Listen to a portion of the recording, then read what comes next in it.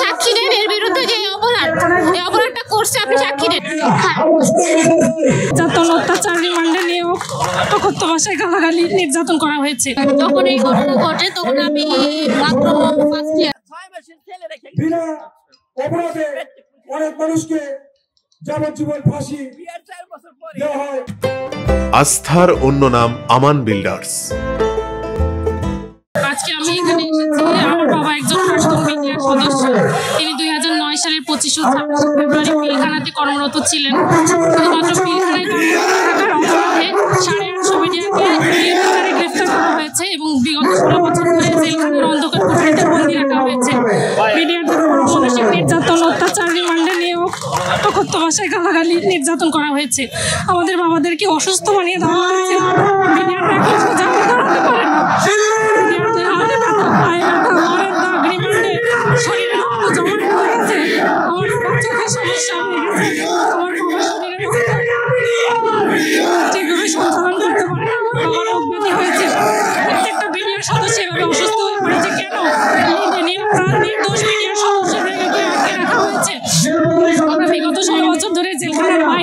মিডিয়ার পরিবারের সদস্যরা মানবিক বঞ্চনার শিকার হয়েছি, মানবেতর জীবনযাপন করছি।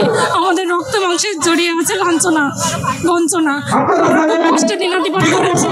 আমরা মানুষের খেয়েছি, আমরা পরিচিত হয়েছি। এবং আমাদের যারা মারা গিয়েছে, আমাদের যাদের ক্ষতিপূরণ যেন সবাইকে দিয়ে দেওয়া হয়। আর আমাদের নিঃশর্ত মুক্তি চাই। আর আমরা অপরাধী না, এটা আমাদের এই কলঙ্ক, এটা যেন আমাদের সরিয়ে দেওয়া হয়। আমার বাবা ছিল, হ্যাঁ আমার বাবা ছিল, এবং আমার বাবা হচ্ছে গিয়া ছিল এই অপরাধের সাথে জড়িত ছিল না। আমার বাবাকে সাক্ষী দিতে বলা হয়েছিল যে আপনি সাক্ষী দেন এর বিরুদ্ধে যে অপরাধটা করছে, আপনি সাক্ষী দেন। কিন্তু আমার বাবা বলছে না, আমি পারবো না, আমি এটা অন্যায়, আমি এটা করতে পারবো না। এবং তাকে তার জন্য ধরে নিয়ে যাওয়া হয়েছে এবং তাকে সর্বোচ্চ 7 বছর তাকে দেওয়া হয়েছে। এবং আমার বাবা জেল থেকে বের হওয়ার পরে 7 মাস পরে সে মারা গিয়েছে স্ট্রোক করে। কারণ তার একটা ব্রাইট ফিউচার ছিল, সেটা নষ্ট করে দিয়েছে। সে পরিবারের টেনশনে সে স্ট্রোক করছে এবং সে মারা যাওয়ার পরে আমাদের পরিবারের অবস্থা খুবই করুণ। কারণ আমরা 3 বোন, আমাদের কোনো ভাই নাই। এই জন্য আমরা চাই যে আমাদের যারা আটকা আছে তাদের জন্য নিঃস্বার্থ মুক্তি দেওয়া হয়, এবং আমরা যারা ক্ষতিগ্রস্ত আছে, যাদের বাবা মারা গেছে, এরকম যারা আছে তাদের জন্য তাদের প্রাপ্যতা দিয়ে দেওয়া হয় এবং আমাদের নিঃস্বার্থ মুক্তি দিক। আর আমরা যারা তাহলে উদ্দেশ্যে প্রেরিতভাবে এই হত্যাকাণ্ড 2013 পর্যন্ত চালিত করে এবং বিস্ফোরণ বিনা অপরাধে অনেক মানুষকে যাবজ্জীবন ফাঁসি দেওয়া হয়। 273 জনকে খালাস দেওয়া হয়।